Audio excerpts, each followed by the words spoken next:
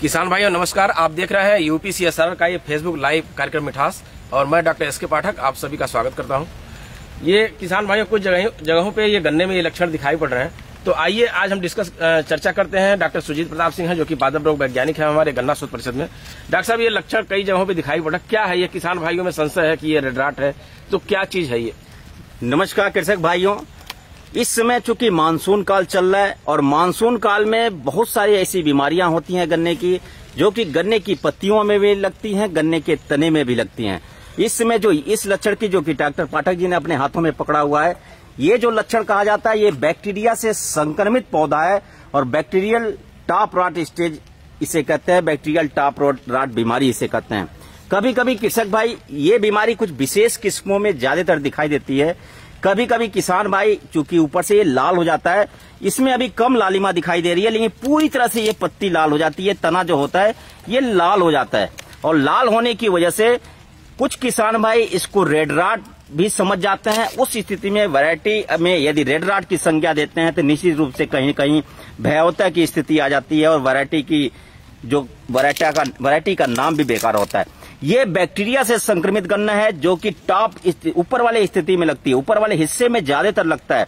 और शुरुआती अवस्था में आप देखो पत्तियों के अंदर वाले हिस्से में एक गहरे खूनी लाल रंग की जलीय धारियां पाई जाती हैं और ये जलीय धारियां बैक्टीरिया की वजह से दिखाई देती हैं, जिसे रेड स्ट्राइप कहा जाता है, लाल धारी रोग कहा जाता है। और ये बैक्टीरिया की वजह से होता है और धीरे धीरे ये बैक्टीरिया टॉप के अंदर चली जाती है और अंदर जाने के बाद आप देखोगे यहाँ पे ब्लैकिश ब्राउन कलर का ये टॉप हो जाएगा और नीचे से एक बूंद की जरा आप देखेंगे जैसे आंसू होते हैं, पानी के आंसू, इस तरह से ये बूंद की वजह से ये बैक्टीरिया का स्राव होता है और नीचे की तरफ गिरता है, गहरे ब्राउन रंग का होगा। और उसके ठीक नीचे की आंखें आप देखो, नीचे की आंखें सारी की सारी जमा हो जाते हैं। देखो यहाँ पे आंखें जम रही हैं, ये बैक्टीरियल टॉप रॉट बीमारी की वजह से होते हैं।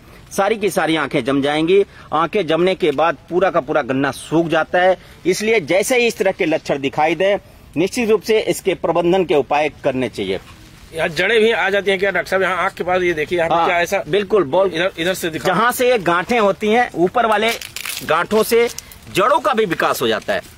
बीमारियां जैसे ही ऊपर बीमारी आएगी, आप देखो यहाँ से जड़ों का भी विकास हो गया। हालांकि रेड राट वाले संक्रमण आने के बाद भी जड़ों का विकास होता है, लेकिन यहाँ पे टॉप रॉट हो रहा है, गन्ने की लंबाई ऊपर नहीं जा पा रही है, जिसकी वजह से टॉप इसका सड़ गया।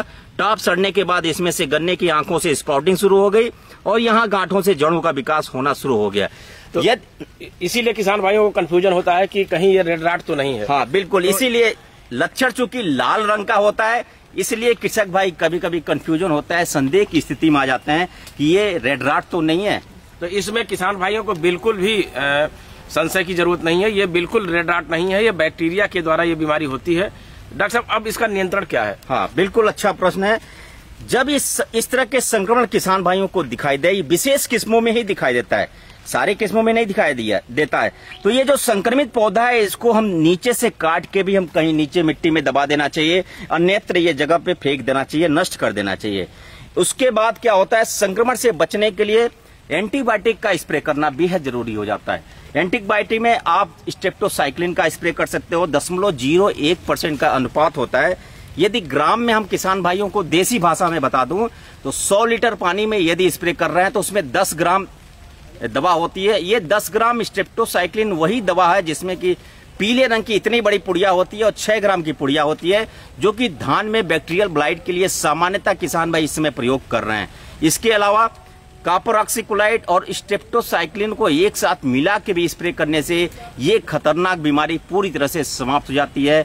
कासुगामाइसिन और कॉपर ऑक्सीक्लोराइड का जो मिक्सचर आता है 45% का, उसका भी 1 ग्राम प्रति लीटर की दर से यदि स्प्रे करते हैं तो इस तरह की खतरनाक बीमारी पूरी तरह से समाप्त हो जाती है।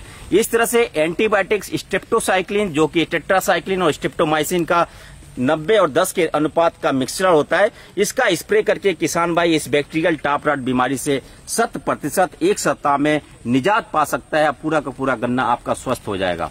तो मुझे लगता है अब किसान भाइयों को कोई इसमें संशय नहीं होगा और जो डॉक्टर साहब ने बताया कि आप जो स्ट्रेप्टोसाइक्लिन और का प्रयोग कर सकते हैं, प्लस आप कॉपर ऑक्सीक्लोराइड को भी मिला करके। हाँ। डॉक्टर साहब, क्या ये कहा जाता है कि कॉपर ऑक्सीक्लोराइड को किसी के साथ नहीं मिलाना चाहिए, क्या हम बैक्टीरियोसाइड के साथ मिला सकते हैं? हाँ, बहुत ही अच्छा प्रश्न है। चूंकि कॉपर ऑक्सीक्लोराइड चूंकि एलिमेंट होने की वजह से हम लोग रिकमेंड नहीं करते हैं कि किसी अन्य दवाओं के साथ, किसी इंसेक्टिसाइड के साथ मिलाए।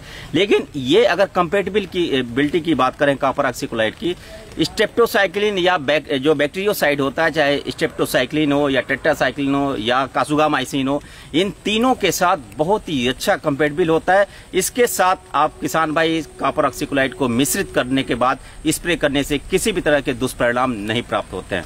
तो मुझे लगता है कि किसान भाइयों को अब कोई संशय नहीं होगा। अब पुनः एक नए विषय के साथ मिलेंगे, तब तक के लिए नमस्कार।